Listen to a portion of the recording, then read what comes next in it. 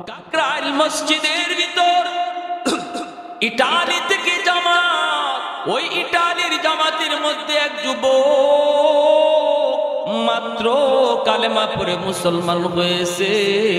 ওই খ্রিস্টান যুবক ছেলেটা একদিন কাকরাইল মসজিদে বয়ান করে আর চোখের পানি ঝরে ঝরে যুবক কান্দে। যুবক ডাক দিয়ে বলতেছে, ওরে দুনিয়ার মুসলমান, আমি আজ ইসলাম ধর্মের দাওয়াত পেয়েছি, বিদায় মুসলমান হয়েছি, কিন্তু আমার আব্বা ইসলাম ধর্মের দাওয়াত পায় নাই, আমার আম্মা ইসলাম ধর্মের দাওয়াত পায় নাই, বিধায় তারা মুসলমান হতে পারে নাই। আমিও কেমনে মুসলমান হয়েছি? আমি একদিন রাস্তা দিয়ে যাইতেছিলাম, আমি তো দুনিয়ার একটু সুখ শান্তির জন্য, একটু শান্তির জন্য, একটু আরামের জন্য, মনের মধ্যে একটু প্রশান্তির জন্য, অপরাধ জগতের এমন কোনো অপরাধ নাই যেই অপরাধ আমি করি নাই, এমন কোনো গুনাহ নাই যেই গুনাহ আমি করি না। বলুন তো, গুনাহ করলে পড়ে অন্তরে শান্তি বাড়ে না অশান্তি বাড়ে? গুনার বদ আসর হলো একটা গুনাহ করার পর আরেকটা গুনাহ করানোর জন্য শয়তান আপনাকে উদ্বুদ্ধ করবে আর বলবে, তুই এই গুনাহটা করছু, আরেকটা গুনাহ তুই কর, অন্তরের ভিতরে শান্তি পাবি। একটা গুনাহ করার পর আরেকটা গুনাহ শয়তান তোরে করায় অন্তরে শান্তি মিলার জন্য, কিন্তু না না, দ্বিতীয় গুনাহটা করার পর তার অশান্তি আগের চেয়ে ডাবল হয়ে যায়, আরেকটা গুনাহ করার পর আবার ডাবল হয়ে যায়। যতবার শান্তি পাওয়ার আশায়, অন্তরে শান্তি পাওয়ার আশায় গুনার কাজ করে বেড়ায়, ততবারই অশান্তি তার ডাবলের ডাবল বেড়ে যায়। যুবক ডাক দিয়ে বলতেছে, মুসলমান, ও আমার মুসলমান ভাইরা রে, আমি মাত্র মুসলমান হয়েছি, আমি কেমনি মুসলমান হলাম? আমি তো একদিন রাস্তা দিয়ে যাইতেছি, হাতের মধ্যে ছিল আমার গানের বাজনা, গিটার ছিল আমার হাতে, আমি তো ইসলাম ধর্ম কি জিনিস বুঝতাম না, জানতাম না। ইটালিতে মুসলমানের একটা জামাত গেছে, দাওয়াত তবলিগের সাথীরা তারা মসজিদে অবস্থান করেছে, বিকাল বেলা বের হয়েছে গাছের জন্য। আমি তাদের পাশ দিয়ে যাইতেছিলাম, তখনই আমির সাহেব আমাকে ডাক দিলেন, এ যুবক বইলে তিনি আমাকে ডাক দিলেন। আমি অল্প সময়ের জন্য একটু থামলাম, আমাকে তিনি দাঁড়ানো অবস্থায় কয়েকটা কথা শুধু বললেন। আমরা কোথায় ছিলাম, কোথায় আসলাম, আবার কোথায় যাব, মাঝখানে আমাদের ডিউটি কি? তিনটা কথার ভিতরে আমি টের পাইলাম এতদিন যাবত আমি যেই শান্তির নেশায় ঘুরতেছি রে, এই শান্তির আভাস আমি তিন কথায় পেয়ে গেলাম। আমি ডাক দিয়া বললাম, হুজুর আমাকে আরো কিছু কথা আপনি শোনান। হুজুর আমাকে বললেন, বাবা যুবক, একটু মসজিদের ভিতরে তুমি আইবানি রে। আমি কথাটা শোনা মাত্রই মসজিদের ভিতরে যায় ঢুকলাম। বয়ান করতেছেন, বয়ান শুনতেছি। এক পর্যায়ে আমার জীবনের সমস্ত ভুলগুলি আমার চোখে ধরা পড়ল, অন্যায়গুলি ধরা পড়ল, অপরাধগুলি সব চোখের সামনে ভাসতে লাগলো। আমি যত গুনাহ করেছি ওই গুনাহগুলি আমার চোখের সামনে ভাসতে লাগলো। আমি আমাকে তিরস্কার দিতে লাগলাম। এক পর্যায়ে চোখের পানি ভাসাইয়া আমি হুজুরের হাত ধরে বলি, হুজুর আমি যেই শান্তির আশায় করতেছি, শান্তি পাই না, সেই শান্তি এখন আমার কলিজায় আমি অনুভব করতেছি। আমাকে আপনি আর দেরি করবেন না, এই মুহূর্তে কালেমা পড়া মুসলমান বানায় দেয়। বিবি সাহেব আমাকে ফোন দিল, স্বামী, ও স্বামী কোথায়? আমি বললাম, বিবি আমি তো মসজিদের ভিতরে। আল্লাহু আকবার জোরে খা। বিবি সেও তো খ্রিস্টান, মসজিদের ভিতরে। স্বামী এই কথা শোনার পর খ্রিস্টান মেয়েটা অবাক হয়ে গেল, ডাক দিয়ে বলতেছে, স্বামী গো তুমি মসজিদের ভিতরে কেন গিয়েছো?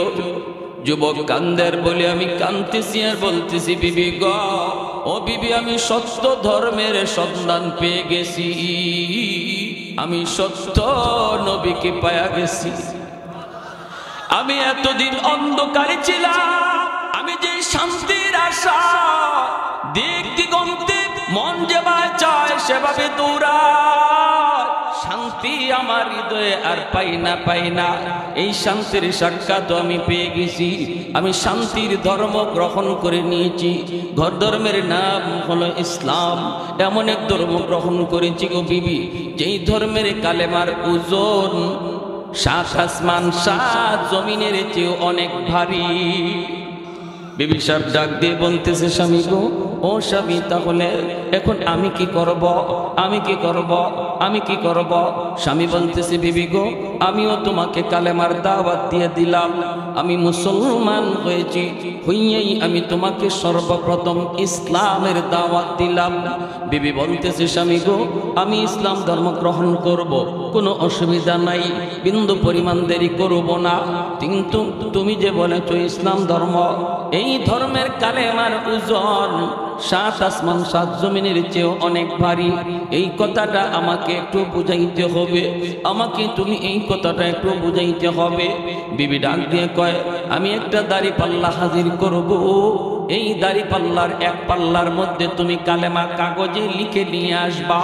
এই কাগজে লিখা কালেমা এক পাল্লার মধ্যে রাখবো, আরেক পাল্লায় 7 আসমান 7 জমিন লাগবে না। আমাদেরকে আল্লাহ যে একটা সন্তান দিয়েছে, এই ছোট্ট মানিকটারে এক পাল্লায় রাখবো। যদি তোমার কালেমার পাল্লা ভারী হয়, আমি কথা দিলাম কালেমা পড়ে মুসলমান হয়ে যাব। আর একটু জোরে সুবহানাল্লাহ। যুবক আমির সাহেবের কাছে যাইয়া হাত জোর করে কয়, হুজুর, আমি তো সর্বপ্রথম কালেমার দাওয়াত আমার স্ত্রীকে দিয়েছি। আমার স্ত্রী সে কালেমা গ্রহণ করবে গো, কিন্তু শর্ত যা আরোপ করেছে, এই শর্তের ব্যাপারে আমি কিছু জানি না। হুজুর, আপনারা বলেছেন, আমি আপনাদের জবানে শুনেছি, আমার নবীর হাদিস আপনি শুনাইছেন, হাদিসটাই আমি আমার স্ত্রীকে জানায় দিছি। কিন্তু আমার স্ত্রী তো শর্ত লাগায় দিল, সে কালেমা পড়ে মুসলমান হবে, কিন্তু দাড়ি পাল্লার মধ্যে ওজন দিবে। এক পাল্লায় নাকি কালেমার কাগজ, আরেক পাল্লায় আমাদের সন্তান রাখবে। হুজুর, এখন আমি কি করব বলেন? পরামর্শ দেন। কাগজের মধ্যে আপনি কালেমা লিখে দেন। এই কাগজের টুকরা নিয়ে আমি বাড়ি যাব, দাড়ি পাল্লায় ওজন হবে। আমি সাহেব তখন চোখের পানি জড়ায় আল্লাহর কাছে হাত উঠে দিছেন। আমি সাহেব হাত উঠে কই, মালিক, তোমার কালেমার ওজন কি পরিমাণ এইটা তো আমরা বুঝি, ইমানদাররা বুঝি, কিন্তু অমুসলিম যারা তারা কেমন করে বুঝবে গো মালিক? হাসরের ময়দানে অমুসলিমরাও দেখবে কালেমার ওজন কি পরিমাণ। রুবামা ইয়াওয়াদুল্লাযীনা কাফারু লাউ কানু মুসলিমিন। আল্লাহ পাক রব্বুল আলামিন বলেন, হাসরের ময়দানে আবু জাহেল, উতবা, সাইবা, ফেরাউন, হামান সবাই চোখের পানি জড়ায় জড়ায় কাঁদবে আর বলবে, হায় রে, যদি দুনিয়াতে কালেমা পড়তাম, যদি আমি দুনিয়াতে কালেমা পড়তাম, আজ আমার গোলাম কালেমার কারণে মুসলমান হইয়া জান্নাতের দিকে যায়, আমি মালিক হইয়া জাহান্নামী হলাম।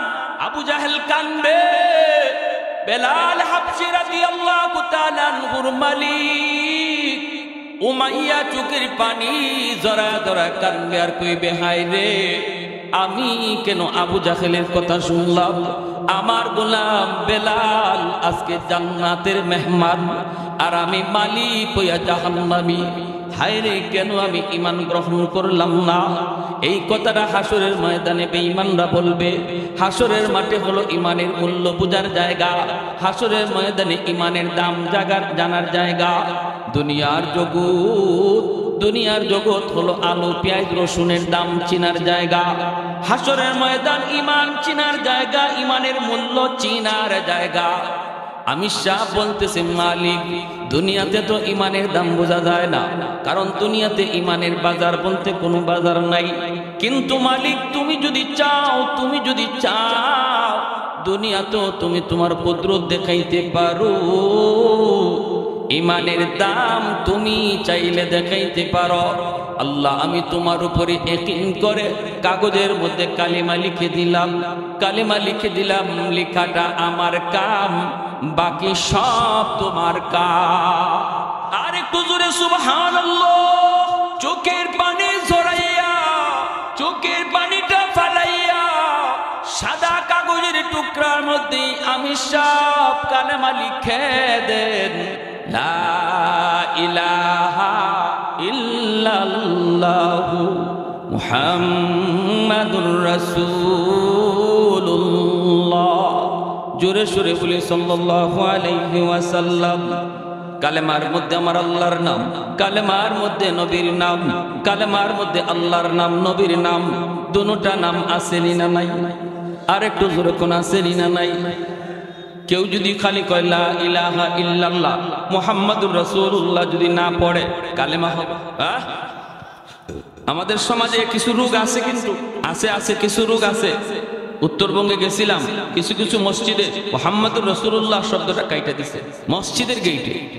মুহাম্মাদুর রাসূলুল্লাহ সাল্লাল্লাহু আলাইহি ওয়াসাল্লাম এটা বলে কালেমার অংশ না। কালেমা বলতে শুধু লা ইলাহা ইল্লাল্লাহ। এরা ইমানের বহুত বড় ডাকা, ঠিক কিনা জোরে কা? বহুত বড় ডাকা। যারা এই ধরনের কথা বলবে মনে রাখবেন, এ আপনার বন্ধু নয়, আপনার লেবাস পরে আপনার সুরত তৈরি আপনার ভিতরে ঢুকে আসছে ইমান ডাকাতি করার। বেশি কথা বললে উলামায়ে কেরামের কাছে নিয়ে আসবে।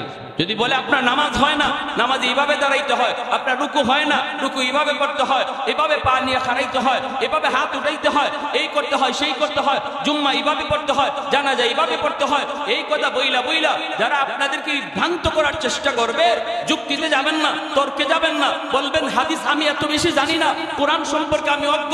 তুমি যদি কোরআন হাদিসের পণ্ডিত হও, চলো হুজুরের কাছে যাই, মুফতি সাহেবের কাছে যাই, মাদ্রাসায় যাই, ইমাম সাহেবের কাছে যাই, দেখবেন তখনই আপনার কাছ থেকে পালাবে। কত বড় ডাকাতি কথা! লা ইলাহা ইল্লাল্লাহ মুহাম্মাদুর রাসূলুল্লাহ, এই কথা না বললে ইমানদার হওয়া যায় না। আর সে বলতেছে, আর তারা বলতেছে কালেমার অংশ শুধু লা ইলাহা ইল্লাল্লাহ মুহাম্মাদুর রাসূলুল্লাহ না। আর তাদের কথায় পইরা উত্তরবঙ্গের কিছু মসজিদের গেইটে যেই কালেমা লেখা ছিল মুহাম্মাদুর রাসূলুল্লাহ সহ এই অংশটা কাইটা দিয়েছে। আল্লাহ তুমি সহি বুঝদান করো। সবাই বলি আমিন, আরো জোরে বলি আমিন। আমার ভাইয়েরা, বন্ধুরা, যুবক, এই কথা বলতে আমি সব কাগজের মধ্যে তিনি এই কালেমা লিখে দিলেন। আর যুবককে তিনি ডাক দিয়া বলতেছেন, যুবক, আল্লাহর উপর ভরসা করে তুমি সামনের দিকে আগাও, কাগজের টুকরা নিয়ে তুমি সামনের দিকে যাও। তোমার বিবিকে যায় বলবা কোথায় দাড়ি পাল্লা, এক পাল্লার মধ্যে এই কাগজের টুকরা রেখে দিবা, আরেক পাল্লায় তোমরা তোমাদের সন্তানকে রেখে দিবা। বাকিটা করবেন আমার আল্লাহ। করবেন কে? আর একটু জোরে কে? আল্লাহ চাইলে পারেনি না পারে না? এই ক্ষমতা আল্লাহর আসেনি না নাই? লা জিদ্দা ওয়ালা নিদ্দা ওয়ালা হাদ্দা লিমাওলা, লা জিদ্দা ওয়ালা নিদ্দা ওয়ালা হাদ্দা লিমাওলা, আল আনা কামা কানা ওয়ালাম ইয়ালকা জাওয়ালা, আল আনা কামা কানা ওয়ালাম ইয়ালকা জাওয়ালা, লা মিসলা ওয়ালা সাওয়ারা মিসলাম ওয়া নাযীরা, মান ক্বালা সিওয়া যালিকা কাদ ক্বালা মুহালা, মান ক্বালা সিওয়া যালিকা কাদ ক্বালা মুহালা, লা ওয়ালদা ওয়ালা ওয়ালিদা লা আম্মা ওয়া খালা, লা শিবহা ওয়ালা মিসলা ওয়ালা কুফুয়া লিমাওলা। আল্লাহর বান্দা যুবক কাগজের টুকরা নিয়ে বাড়ির দিকে রওনা দিল। দিলটা নরম করে কথাগুলি শুনো রে আল্লাহর বান্দা। এরে যুবক, তোমার মতো একজন যুবকের ঘটনা বলতেছি। দেখো না কত যুবক যৌবনে কবরে চলে গেল, কত যুবক খেলার সাথে আজকে কবরে শুয়ে রইল, লেখাপড়ার সাথে আজকে কবরে চলে গেল। একটু দিলটারে বুঝাও, বুঝাও, আর কত গুনার দিকে দৌড়াইবা। তোমার মতো একজন যুবকের ঘটনা বলতেছি। আল্লাহ তারে যৌবনী অলির খাতায় নাম লেখা দিছে।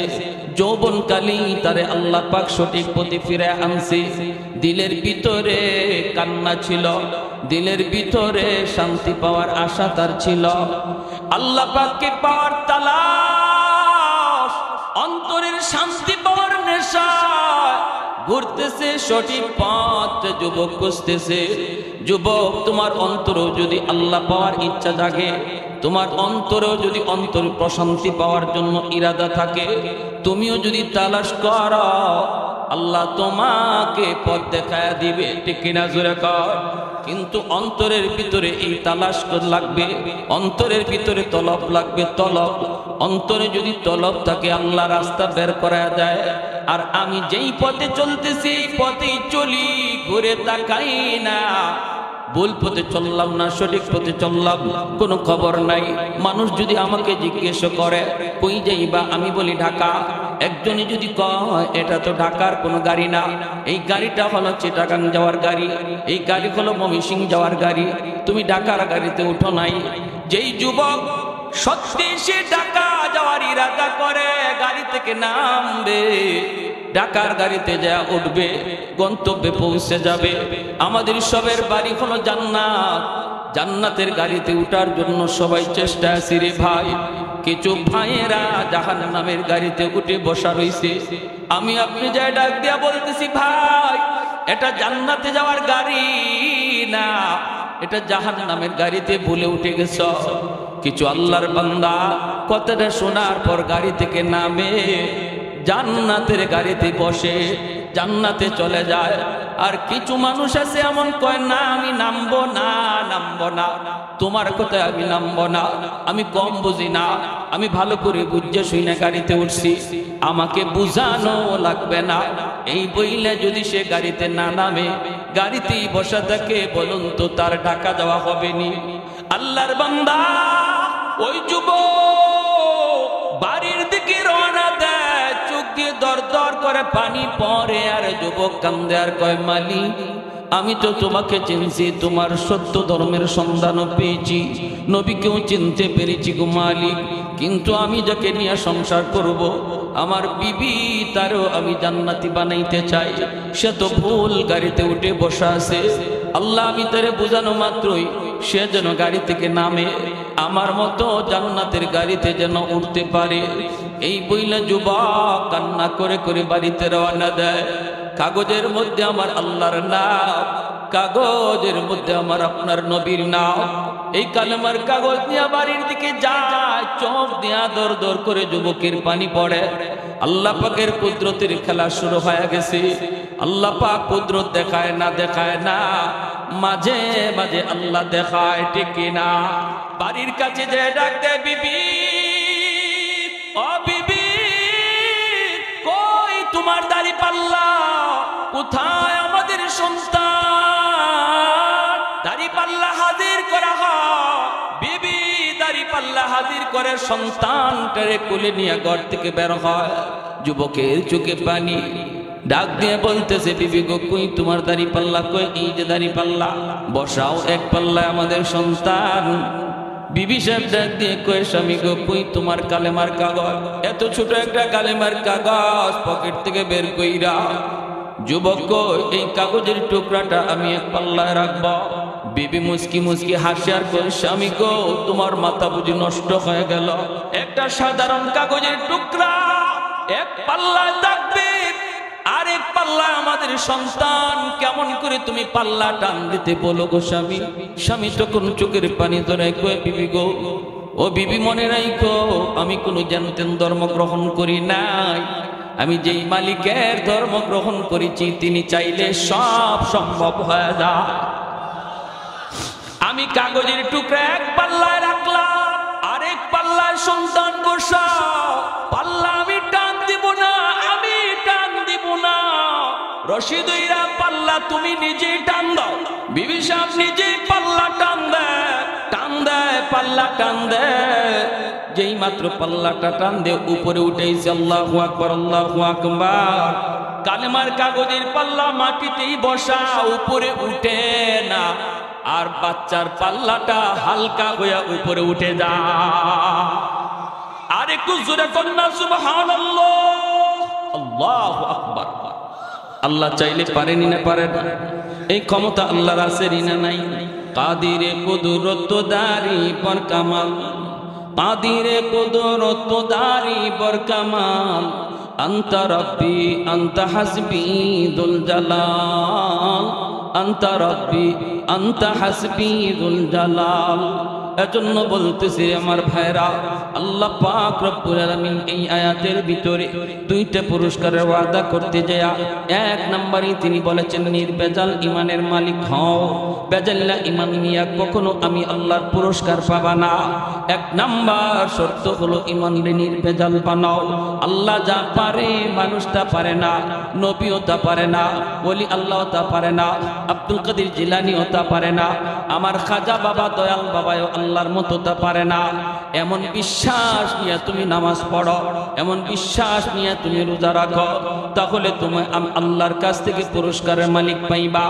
দুই নম্বর শর্ত হলো আল্লাহ পাক বলেন মান আমিলা সালিহাম মিন যাকারিন আও উনসা। দুই নম্বর শর্ত আল্লাহ পাক বলেন এরে বান্দা তুমি যদি খাঁটি মুমিন হও, দুই নম্বর হলো তোমার আমলটারে তুমি আমলে সালেহ বানাও, নেক আমলের অধিকারী হও। শুধুমাত্র আমল নয়, নেক আমলের অংশীদার, নেক আমলওয়ালা তুমি হওয়া লাগবে। আমল যদি নেক আমল বানাইতে হয়, প্রতিটা আমল তখনই নেক আমল হয় যখন নবীর তরিকায় করা হয়। নামাজটা আমার তখনই নেক আমল যখন নামাজ আমার নবীর তরিকা মতো আমি আদায় করব। জিকিরটা তখনই নেকামল হবে যখন জিকিরটা নবীর তরিকা মতো করব। রোজা তখনই নেকামল হবে যখন নবীর তরিকা মতো করব।